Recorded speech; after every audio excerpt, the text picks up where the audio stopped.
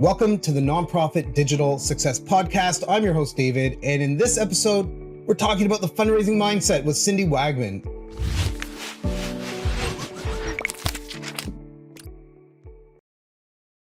Cindy is the president and founder of The Good Partnership, which is a values-driven, social justice-informed consultancy that's working to unlock the potential of small nonprofits through fundraising. She became CFRE in 2009 and received her MBA from Rotman School at the University of Toronto in 2013. She's presented for AFP, Canada Helps, Charity Village, Bloomberg, Keela, and Fundraising Everywhere. And now she can add to that list the Nonprofit Digital Success Podcast. She's the host of the top-rated The Small Nonprofit Podcast and best-selling author of Raise It, The Reluctant Fundraiser's Guide to Raising Money Without Selling Your Soul. Also, she loves to host people, but today she is a guest here. So thanks so much for joining in, Cindy. Thanks so much for having me. My pleasure. My pleasure. So what are your thoughts in terms of what is it that people need to be thinking about to create that fundraising mindset? Mm-hmm. Well, the first thing is, I think we have to understand that most people's problems with fundraising are stemming from mindset. So very often when people try and learn more to improve their fundraising, they focus on the tactics. They're like, okay, well, I'm going to learn how to write better, or I'm going to learn how to ask for a major gift, or, they look at the tactics. And what happens in my experience, especially with small organizations or what I call reluctant fundraisers, is that they're kind of ignoring their underlying feelings and beliefs about fundraising, which, spoiler alert, are not very good. And so what happens is those tactics, they learn and learn and learn, but they don't implement, or they don't start to see the results. And I always as someone who, likes to eat healthy and stuff, it's like trying to make a decision about a meal where you have a hamburger and a salad in front of you, but you love hamburgers. You're not going to reach for the salad. The salad is that is the mindset, right? You need to work on changing how you think and feel about food so that you're going to reach for the salad if that's what you want to be doing. So it doesn't matter what we want. Our behavior doesn't always reflect that. And that's where mindset comes in. And I have so many stories. I think most people who touch fundraising in some way have these stories of people I'll never forget, my husband and I were at a wedding many years ago. And we were talking, it was someone he went to grad school with who was getting married. And we were chatting with another couple and oh yeah, what do you do? And so my husband introduced himself. At the time, I think he was a political staffer. And so this was a very political crowd. So, they were talking, and then they looked to me and they're like, well, what do you do? And I was like, oh, I'm a fundraiser. I love what I do. I was excited about it. And the guy walked away. He's like, oh, sorry, no. I have no money, and walked away. Now, obviously that's an extreme example, but I have had people say very bad things about fundraising on the extreme. Usually it's wow, that's really hard. I don't know how you do that. There's a story there. That is, when we say things like that, that's a signal that there are some underlying beliefs we have about fundraising. And they're so prevalent and so dominant and so deeply ingrained that we can't see them.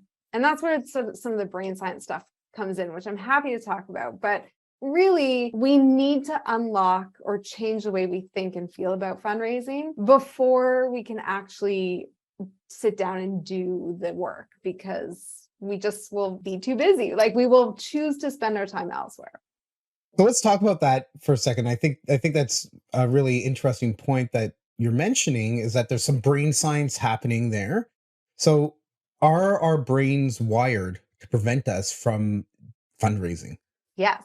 Yes.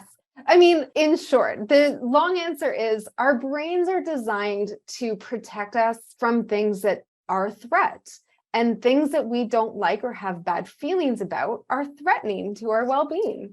And so our brains are designed to keep us safe. And so what that looks like, if you look at how our brain determines what is and isn't safe, Usually that's through repetition and experiences. And so as we go through life, our experiences start to inform our brain, and our brain actually creates neural pathways or shortcuts to be able to make decisions really quickly.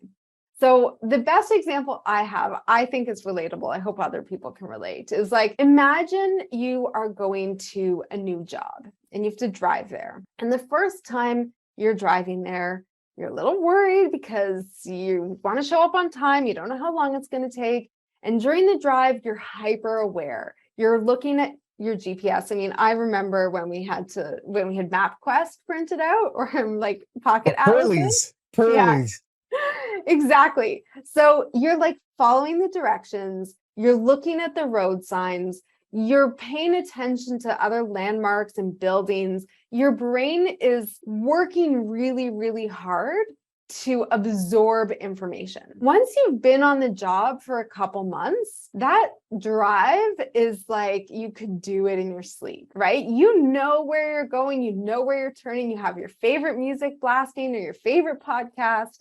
And you can be having conversations. Like I used to drive home from work talking to my boss and we'd still be working on the phone, right? Like our brain is in autopilot and it uses way less energy to do the exact same drive. That's what happens as we experience things. And if we look at our experiences around fundraising in society and our beliefs around the nonprofit sector more generally, they all lead us to think that fundraising is not a good thing. Like we think that we have to coerce people into giving, right? We have to trick them or do things that are sneaky so that we can get their money from them because they fundamentally don't want to give it. Or just the beliefs that our sector is less than, that we shouldn't be paid a lot. It's like a martyr syndrome, right? That we should be doing this work because it's good, not because we need to earn a living. So those experiences year after year after year start to become a shortcut or that autopilot in our brain that makes us think, okay, well, I don't want to do this because it doesn't feel good. It's not safe. Yeah, I think that's really true. Like, how many times have you been on the way home, driving in your car, and like, oh yeah, I need to go to the store. And then you end up on your driveway. And you're like, oh, I forgot to go to the store, right? Because you're just doing the same thing over. It happened to be like last week, right? You're just doing the same thing over and over. We're creatures of habit. We want to do, as you said, what's safe and what's comfortable. Asking people for money isn't a comfortable thing, and not everybody can do it. Not everybody feels comfortable doing it. So how can we overcome that feeling? Yeah. So the first thing is just recognizing it, right? Like we have to understand that there's a difference between our perception and the reality, right? But also that our stories are different.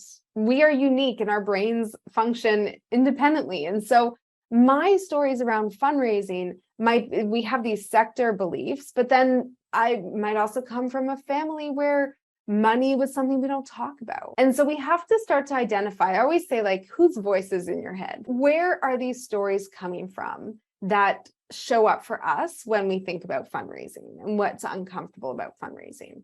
So recognizing that is the starting point, right? To say that, okay, wait, this isn't true. This is like my brain sort of telling me it's true. So how do we separate that?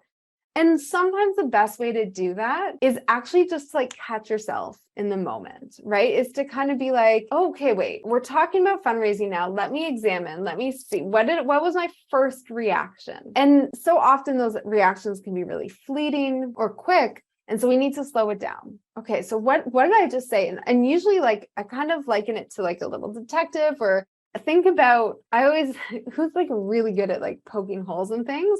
Either like lawyers or the insurance claim people. So you're like, okay, wait, what did I just say? What am I thinking? What am I feeling? Because usually the shortcuts in our brain, the neural pathways, are sort of reflective of our beliefs, and beliefs are formed by a combination of our thoughts and our feelings. So the analytical is our thought, the rational, logical, and the feelings is the emotional. And so we have to first catch that belief. Okay, what did I just say? What does that mean? And then we can say, okay, what are the thoughts behind that? And what are the feelings? And let me start to unpack that and refute them. Like, where am I wrong? And it's a process, but you can't just force your way through it. These kinds of changes to beliefs actually take time. And in fact, if you think about that neural pathway that's created on the drive to work every day, it takes about 67 days for that to become a shortcut in your brain or an autopilot. And so, oftentimes we hear 21 days to a new habit, but it's actually much longer than that. And so you have to keep doing this on repeat over and over again.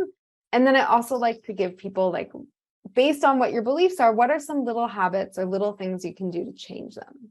So one example is a lot of people have the belief that donors don't actually like to give, that we're creating a burden for them by asking. Now, most professional fundraisers know that's not true, but reluctant fundraisers are like, I'm bothering people by asking them. So I just say, like, get to know your donors. If you can, just meet with people or have a phone call and just ask them, why do you give to our organization? You're going to build the evidence, enough of it over an extended period of time that you're going to say, okay, actually, that's just not true. People benefit. They like giving. They feel good doing it. And our organization has value to them. Absolutely. And, further to that, a lot of times big donors, I think there's a different mindset that comes from major gifts versus these smaller, $5, $10, $50 a month kind of gifts, or $50 a year or $10 a year, right? There's a different mindset that you need to approach it with, where if you're going after a major donor, you need to really understand them and why they care and how they're going to benefit from it, and the people, and how the money is going to be impacting the community or the people or the individuals or society or the organization or the building that you're trying to raise capital to construct, right? Understanding what that is. And that also comes down to psychographics, right? What is it that they care about? How are they spending their free time? What is it that would really drive them emotionally to connect with you? Yeah. And I think, like, I have a soft spot for the donors who give $50 a year. Like, I think that there's a lot of similarity. The challenge is people get overwhelmed with, like, we think major gifts, we're just going to raise a lot of money with one gift. Isn't that easier? But then a lot of people are like, well, I don't know anyone who can give. And so they get stuck there. But with donations that are smaller amounts and very regular, people are like, well, I can't scale that because I can't build a relationship with every single donor, which, again, like, you don't have to know every single donor intimately, but if you start to get to know a good handful of those donors, you can start to see the same patterns. You can start to make meaningful, educated assumptions about those people and what they care about, where they hang out, what they like to do. And so we can start to build that same profile, but it might not be one specific person. Now it's a group of people. And that will also help us ask those people more effectively. And when I say ask, a lot of people think face-to-face meeting. That's another shortcut that we've set up in fundraising education, where we're like, the be all and end all is major gifts, right? That is what we're all working towards. And like, I literally have people say, okay, when we're asking for money, we're pitching someone, right? Which assumes face-to-face, high-level gifts. There are so many ways to ask people for money.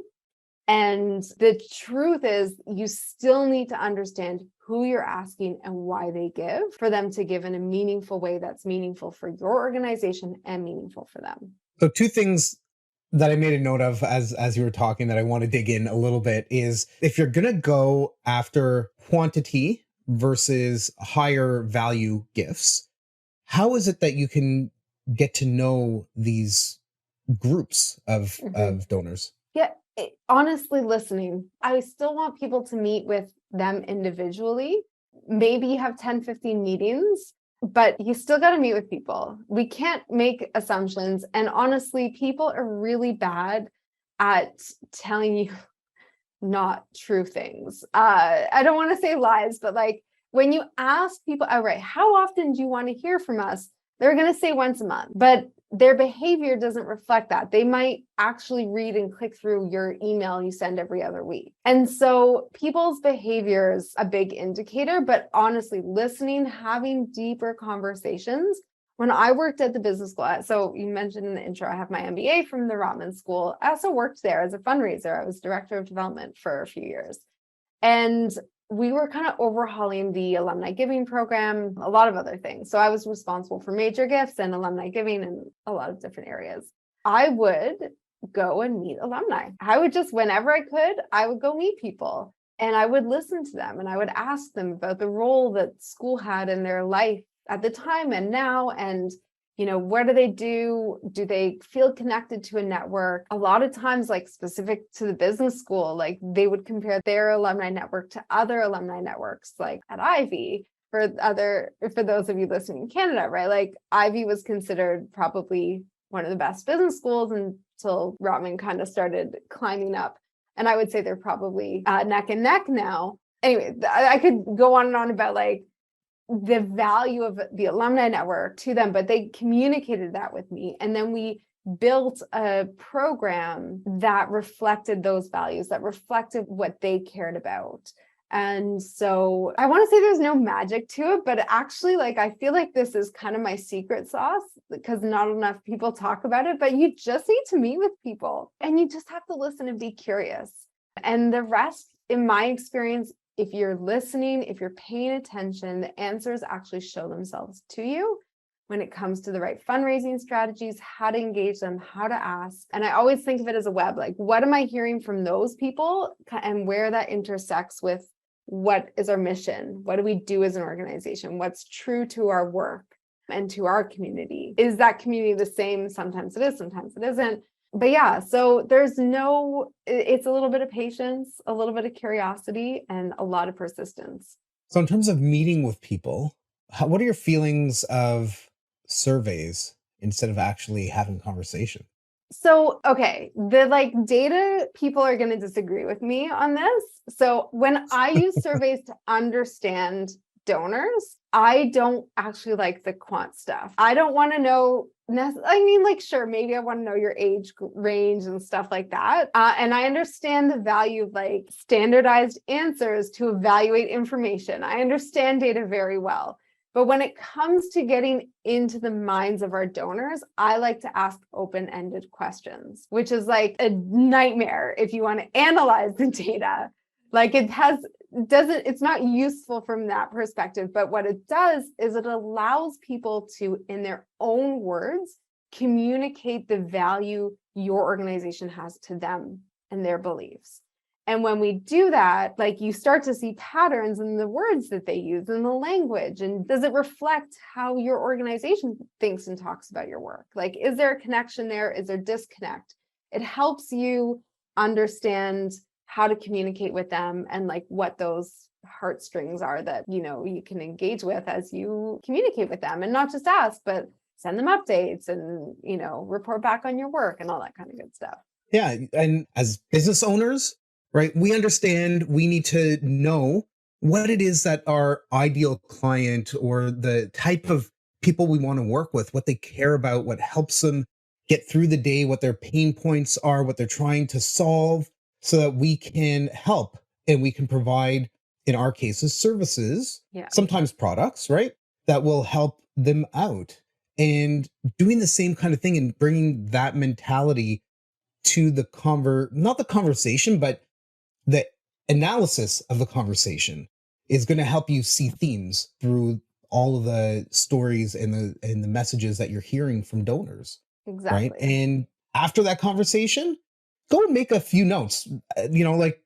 Don't just like be typing on your phone as you're meeting with them or anything, but take a couple of minutes after you have a conversation and just kind of digest what people are saying to you. Make notes about it so that you don't forget anything if there was something really key that was mentioned. Yeah. And have good systems, right? So especially in fundraising, but again, as a business owner, having somewhere where you can make the notes, but also learn if you need to follow up. So one thing that comes up for people a lot is when I talk about donor meetings, they're like, well, what if they ask me something and I don't know the answer? And I'm like, That's a gift. That is a gift. You make a note and you say, you know what? I actually don't know, which is a sign of authenticity and vulnerability, which allows people to connect with you. And I'll find the answer and follow up. And now one conversation turns into 2 or 3, and you now are forming an actual relationship with this person where you can continue to connect. So there's so many fears that come up when we talk about donor meetings or getting to know your audience. But honestly, like curiosity and authenticity usually cure a lot of those.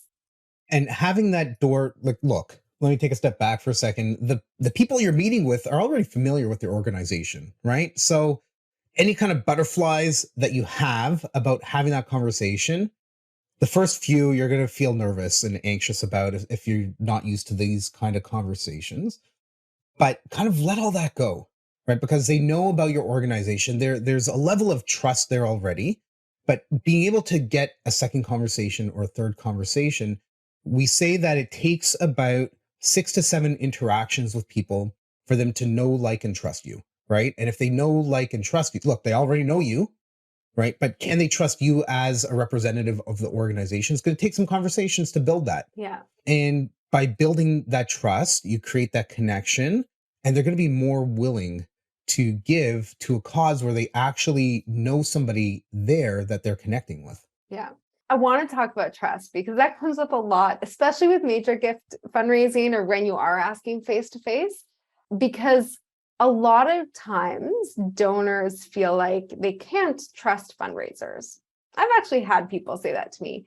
And kind of fundraisers reinforce that because we'll say, oh, can you meet for a coffee? And then we'll be like, and once we're here and we're about to, leave the coffee, it's like, can you give us few $1,000s or something like that? That's not trustworthy. So what I like to do, and this starts right away, which is I am always transparent with donors around what to expect with interactions with me. And that includes when we're asking for money. So when it comes to meeting with donors, I'm going to say, I'd love to meet with you. Here's why, and here's what to expect. So sometimes it's like, I just don't know you. And you know what? I'd love to get to know you.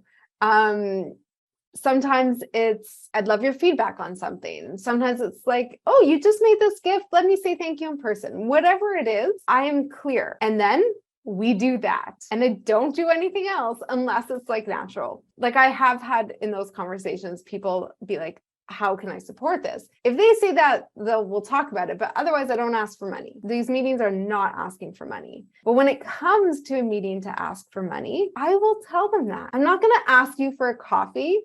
I'm going to say, hey, David, I would love to talk to you about a gift to our annual fund. Can we meet for coffee? Right? So the reason we're meeting for coffee. And that builds so much trust so quickly. I actually think trust is very easy to build quickly. And it's really by doing what you say you're going to do and following up and following through. And the like factor, I don't know, that one might be a little more mysterious, but trust you can build really, really quickly with organizations. And when it comes to likability, like there's a wonderful author and researcher, Vanessa Van Edwards, who wrote a book called Captivate, which I actually need to reread because it's so brilliant.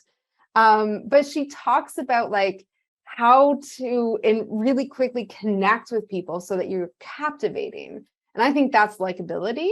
And there's little tricks that you can do. And one of them is finding common ground. So very often we go into a donor meeting where we're like, here's all about the organization or like, blah, blah, blah. Small talk has a purpose. So, before we were recording, we were talking about dropping our kids off at school. And then we discovered that we sort of went to the same high school for a little period of time. That builds likability. The small talk is really important. I had a donor with an organization where we were talking and she was telling me about her son was really into brewing. And like my brother was starting a beer business. And I was like, they should connect, right? And actually her son became my brother's first employee, which is crazy.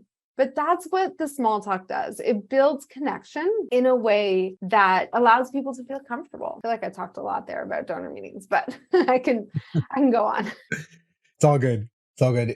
It's important, right? To build connection and create that human touch and the emotional connection that we have with people, even if it's for that fleeting moment, right? Because at some point down the road, you're going to need to talk with that person again or communicate with them or just have them part of your weekly or monthly or bi-weekly email series. Oh yeah, like I was just chatting with Cindy over at, Rotman, and okay, yeah, so I'm going to pay more attention to that email, even if it has nothing to do with Cindy. Like everybody Yeah. knows those emails are automated, right? But it's staying top of mind, right? I think that's really, really key, which brings me into, I guess, the next thing I wanted to chat with you about is why do donors want to hear from us?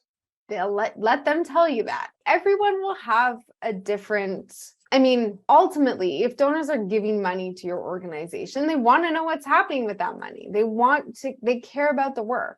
And so they want to be updated on what you're doing. They want to know that their contribution is making an impact. But the specifics really do come down to what their motivations are for giving or what they think the impact is when they give. So ultimately, if we don't know what's happening, we're not going to give. We're not going to give. But most people, they want to improve the world. They want to improve some aspect of like our society. And that's what philanthropy is, right? Like, it's like, hey, I want to see a change and I want to invest in that change. And so tell them how that change is happening because of their investment. I can't tell you how often I get letters in the mail with a, hey, can you donate?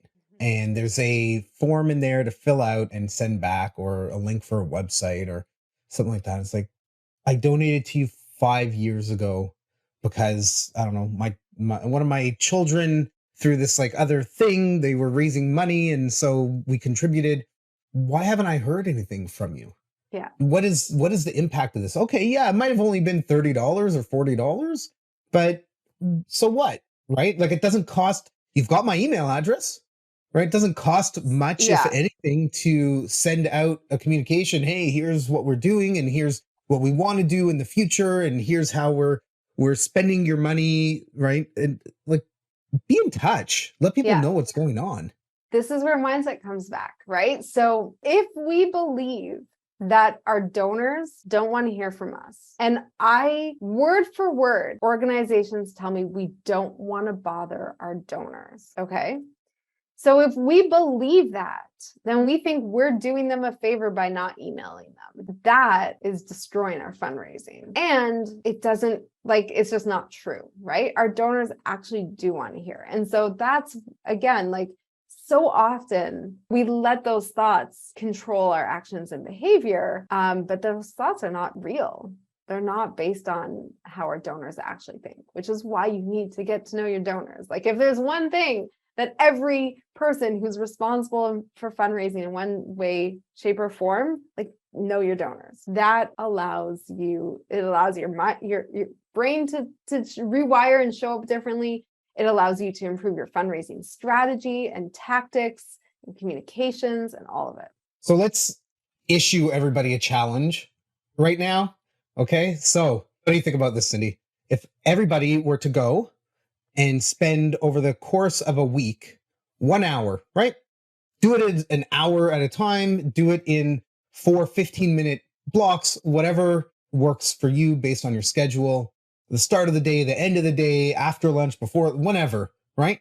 Take an hour from now over the course of the next 5 business days and to think about who their audience actually is and write it down, put it in a list and write down what you think that person cares about.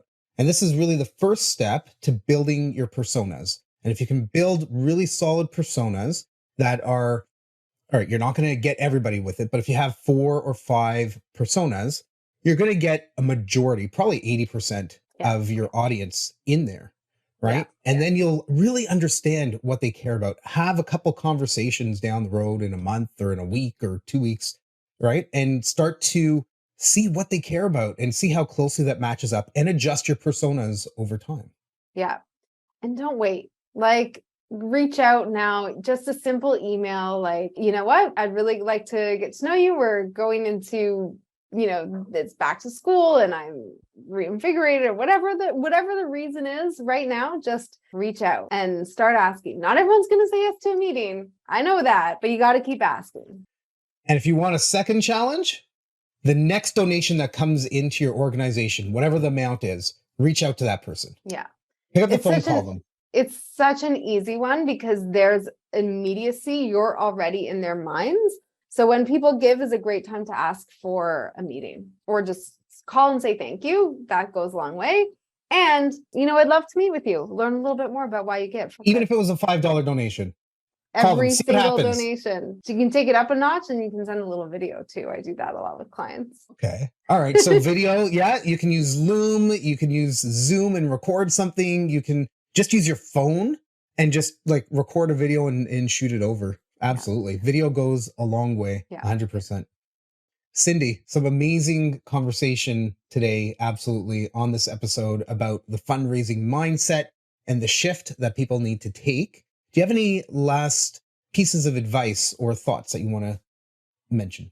Just that if you feel like you don't like fundraising, you're not alone, but also it doesn't have to be that way. That's awesome. So I hope people listening have been able to get something really insightful from this. I know I have, and I want to challenge everybody to take one of the two challenges and do something with it and do it today.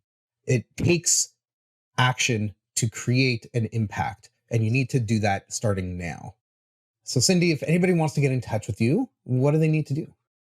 So you can find us at thegoodpartnership.com. Same thing, The Good Partnership on Instagram. My name, Cindy Wagman on LinkedIn. And I have a book called, as you mentioned earlier, Raise It, The Reluctant Fundraiser's Guide to Raising Money Without Selling Your Soul, which you can buy on any major gifts. We were just talking about major gifts. Any major retailer or on our website, raiseitbook.com. Awesome. And you were mentioning that there's a little free offer that you've got. Yes. So if you want to get a sneak peek at the book, you can visit, we'll include in the show notes, thegoodpartnership.com, I think it's /audio, and you'll get the first 4 chapters of the book on audiobook. That's awesome. Super high value content in that. I encourage everybody to go and check that out. From everybody listening, thank you so much, Cindy, for being here. If anybody wants any of the links or notes or info or the books that Cindy has shared, we're going to have that all on our show notes page. Just head over to our podcast page at nonprofitdigitalsuccess.com/podcast. Click on this episode for all the details. Until next time, keep on being successful.